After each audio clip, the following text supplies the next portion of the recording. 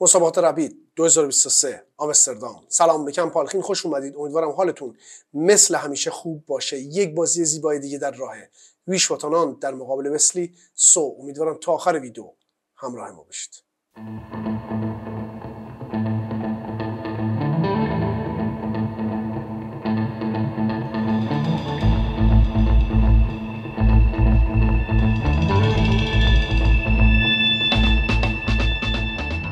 خب دوستان، طبق معمول با نام و یاد خدا شروع میکنیم. یک بازی بسیار زیبا از مسابقات رپید آمستردام 2023.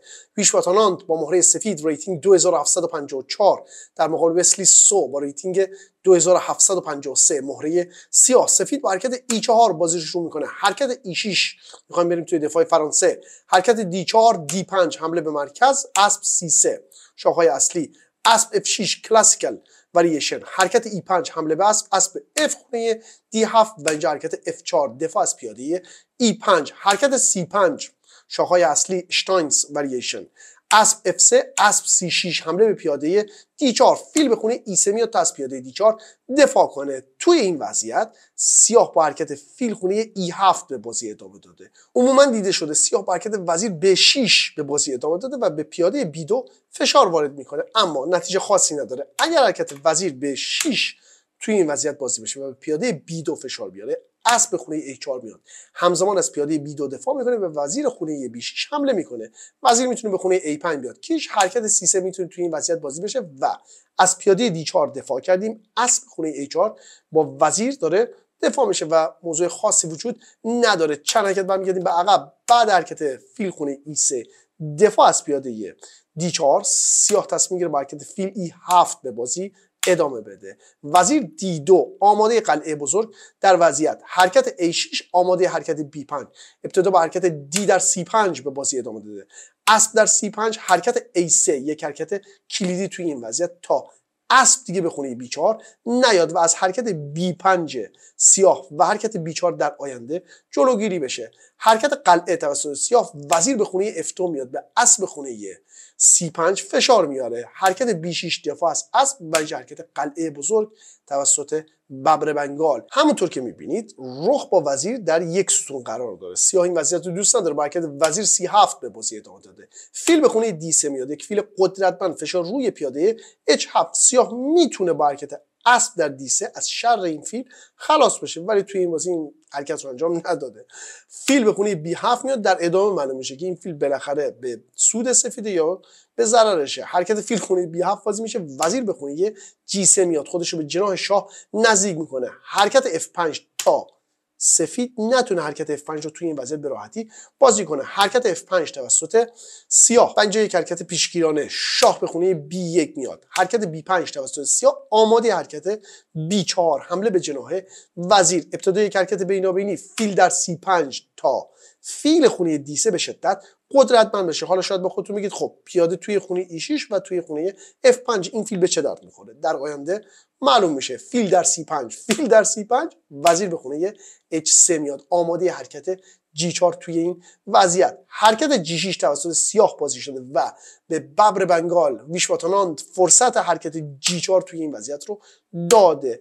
توی این وضعیت بهتر بود که سیاه با حرکت فیل خونه C8 از پیاده E6 دفاع کنه، اما با حرکت G6 به بازی ادامه میده. حرکت G4 توسط سفید حمله به ساختار پیاده جناح شاه و اینجا حرکت B4 حمله به اسب خونه C3. به نظرتون ویش واتانان چه حرکتی رو توی این وضعیت بازی کرده؟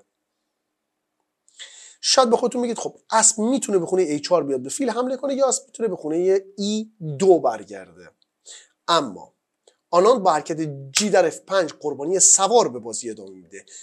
B در C3 اسب خونه C3 از دست رفت، اما در نهایت یک حمله قدرتمند در جناح شاه به دست آورده. F در G6 بازی شده. سیاه با حرکت رخ A خونه E8 به بازی ادامه داده. شاید با خودتون بگید خب میتونه با حرکت H در G6 به بازی ادامه داده. رخ H به خونه G1 میاد، قربانی سوار و قربانی تفاوت. فیل در G1 میتونه بازی بشه، رخ در G1 و الان پیاده G6 زیر ضرب قرار داره. حالا اینکه چطور سیاه میخواد از این وضعیت دفاع کنه من نمیدونم. رخ به خونه F7 میتونه بیاد تا در صورت زدن پیاده G6 رخ به خونه G7 بیاد.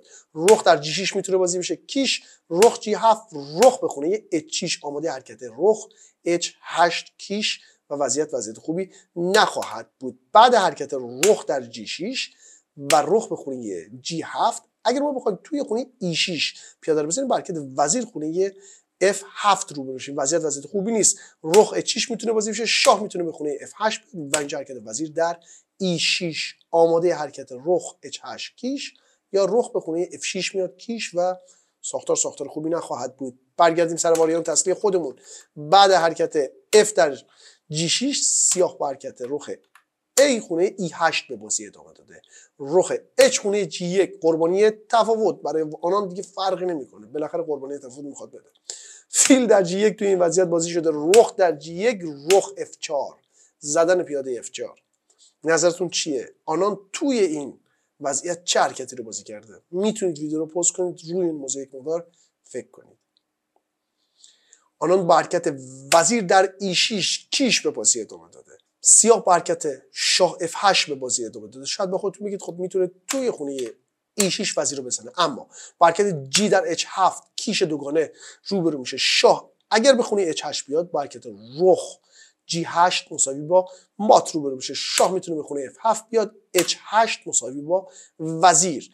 اسب در E5 میتونه بازی بشه، زدن اسب به خونه F3 کمکی به سیاه نمیکنه. بعد حرکت رخ در F3 رخ به خونه G7 میاد کیش و نهایتا این بازی ادامه نداره. چند حرکت برمیگردیم به عقب. بعد حرکت وزیر اسب در E5 میتونه توی این وضعیت بازی بشه ولی باز هم نتیجه نداره.